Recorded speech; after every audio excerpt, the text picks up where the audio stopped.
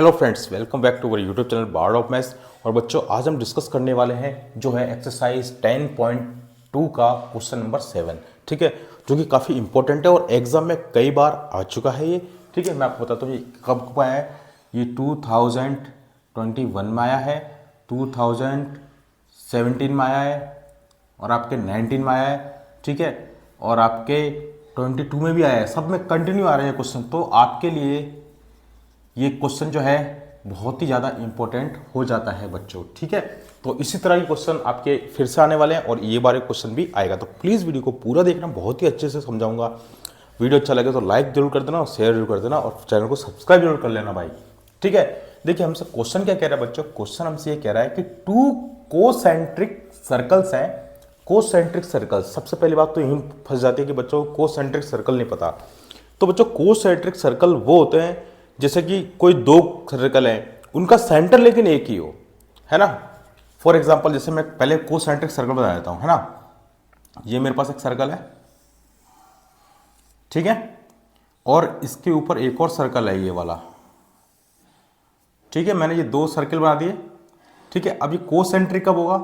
Concentric बच्चों जब होगा जब इसका सेंटर दोनों का एक ही है। ठीक है, देखो दोनों का सेंटर एक ही है, तो ये कोसेंट्रिक सर्कल हो गया। ठीक है, अब क्या बोल रहा है, अब इनकी जो रेडियस है वो भी अलग अलग होगी। एक की तो है 5 सेंटीमीटर और एक की है 3 सेंटीमीटर। ऑब्वियस सी बात है, जो बड़ा है उसकी रेडियस बड़ी होगी।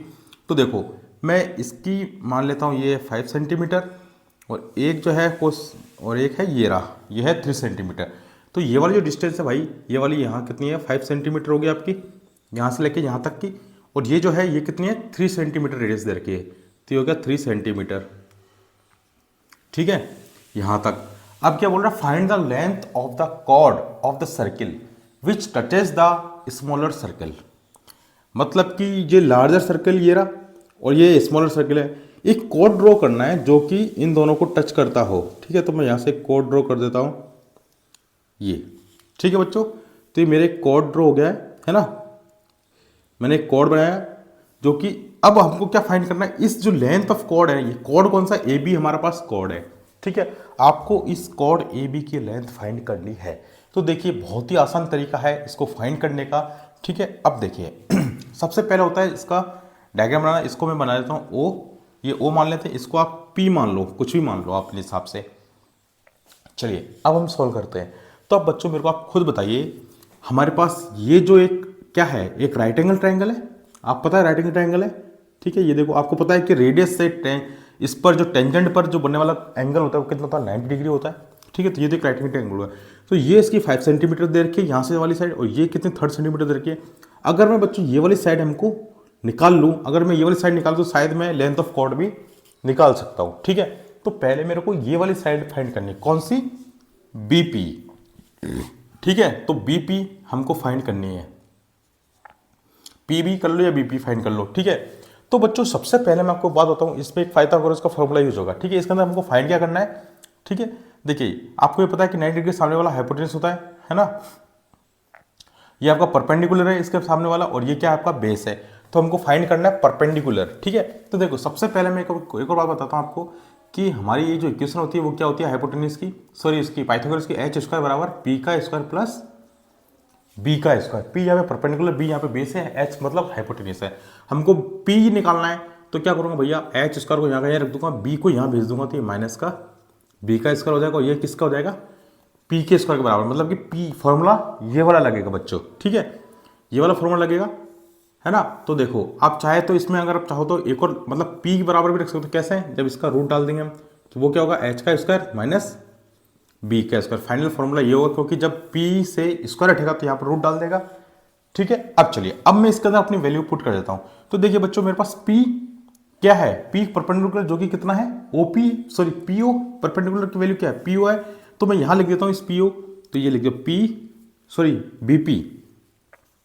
तो मैंने बीपी लिख दिया, प्लस इक्वल टू में under root h square, hypotenuse कितनी है, ओबी, ये देखो ओबी का स्क्वायर कर दो बच्चों। यहाँ पे क्या माइनस है, माइनस लगा दो, बेस, बेस कितना है 3 है, जो कि क्या है ओपी, तो ओपी का भी स्क्वायर कर देंगे। ठीक है, चलिए तो पी बी हमारे पास कितना आ जाएगा, निकालते हैं हम।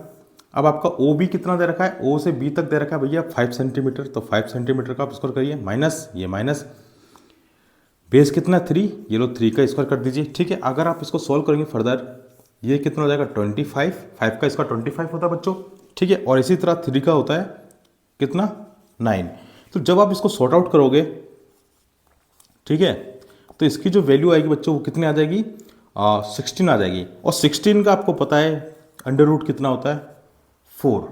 ठीक है, तो मतलब कि हमारे पास पी बी, मतलब कि यहां से लेके यहां तक की जो लेंथ है वो हमारे पास आ गई है, वो कितना है 4 सेंटीमीटर। ठीक है, यहां से लेके यहां तक की जो लेंथ है हमारे पास आई है कितनी 4 सेंटीमीटर आई है।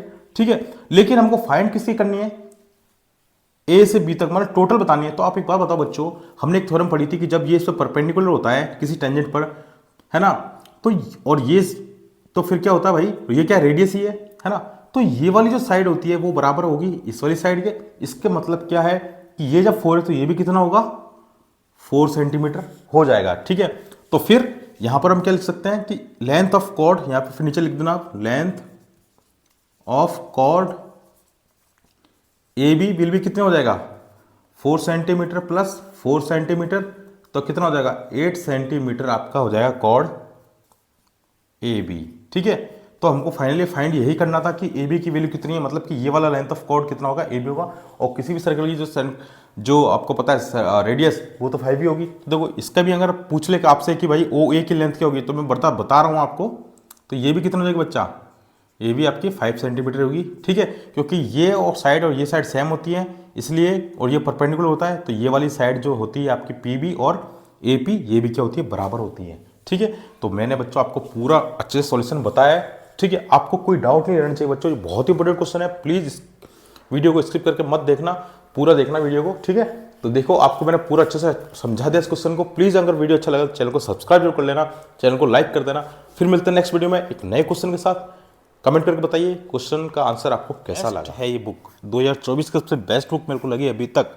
मैंने कई सारी बुकें देखी लेकिन इसके अंदर मेरे को यही बुक सबसे ज़्यादा पसंद आई, जो कि मैं आपको सजेस्ट कर रहा हूँ बच्चों। क्लास 10th के लिए भी आप देखो यहाँ पे मंगवा सकते हो, और क्लास 12th के लिए भी आप यहाँ पर मंगवा सकते हो। ठीक है, इस देखिए यहाँ पर क्लास 12th के लिए भी है, देखो बायोलॉजी के लिए भी है, केमिस्ट्री के लिए, फिजिक्स के लिए भी है, और मैथ्स के लिए भी मिलेगी आपको, है ना। मेन चीज़ इसमें ये बच्चों की इसके अंदर एनसीईआरटी को भी इसमें कंप्लीट किया गया है, प्लस इसके प्रीवियस ईयर क्वेश्चन भी इसमें डाले गए और एग्जाम्पल्स भी, और साथ ही साथ कॉम्पिटिटिव बेस्ड क्वेश्चन भी। तो बच्चों काफ़ी इंपॉर्टेंट हो जाती है अगर ये तीनों मिक्सर अगर आपको मिल जाए, तो आपको एक ही जगह बार बार भागना नहीं पड़ेगा, आपको एक ही जगह सारी चीज़ें मिल जाएंगी। ठीक है, ये देखिए, और देखो इसमें सारे एक एक चीज़ बहुत ही अच्छी तरीके से जो प्रीवियस क्वेश्चन आ रखे उसकी भी प्रैक्टिस आपको इसी बुक से हो जाएगी, है ना। तो प्लीज़ फटाफट जाइए और इस बुक को बाय करिए और अपनी तैयारी स्टार्ट कर लीजिए बच्चों।